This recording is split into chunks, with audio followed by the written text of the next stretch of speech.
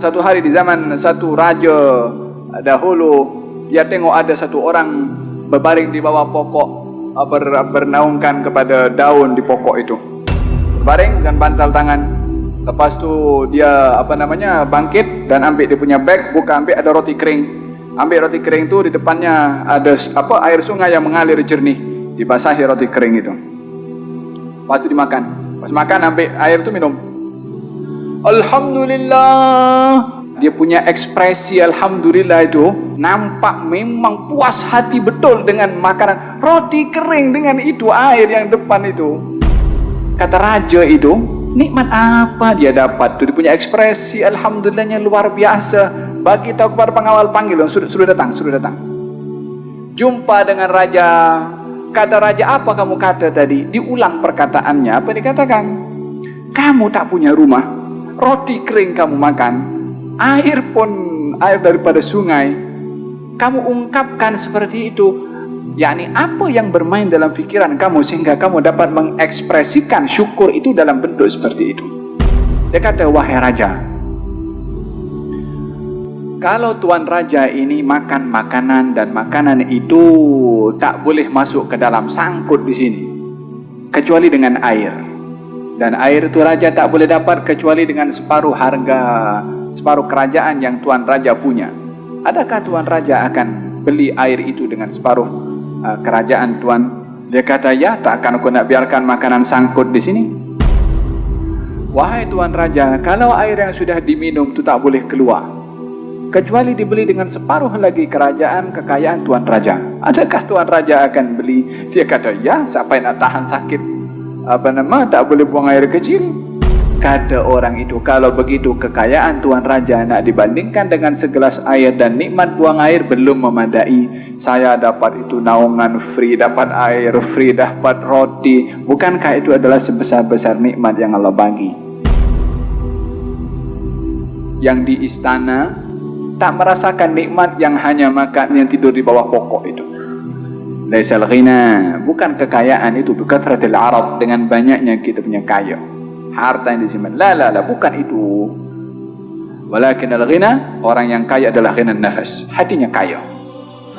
Dengan yang ada cukup makan hari ini, alhamdulillah. Esok ada rezeki saja besok.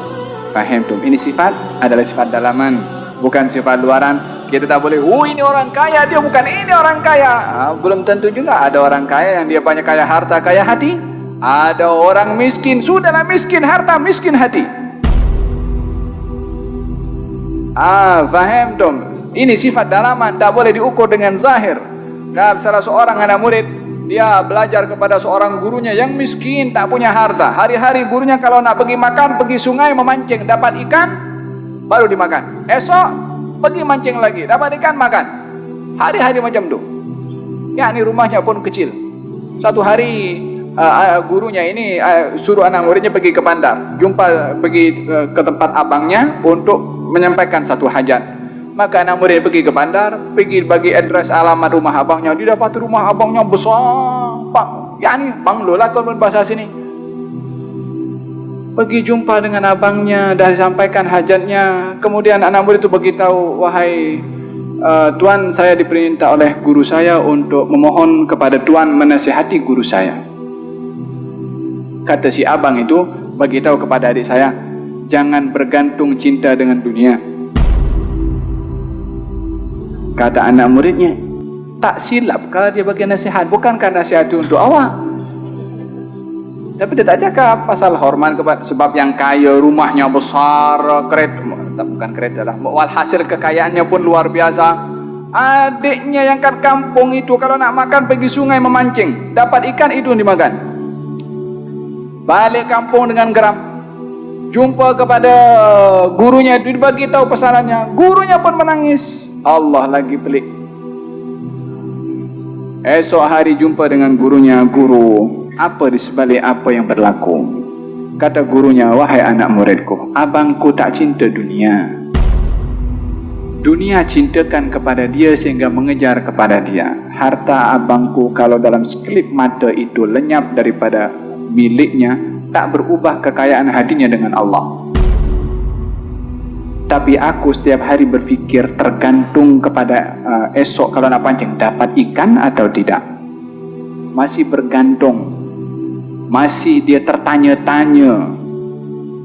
Idzan ukuran kekayaan itu adalah di dalam sini. Laisal ghina, bukan kekayaan yang sebenar. Bikathratil mal atau bikathratil arad, dengan banyaknya harta yang disimpan. La, bukan itu. Tapi ghina adalah kekayaan di dalam hati. Wallahu a'lam.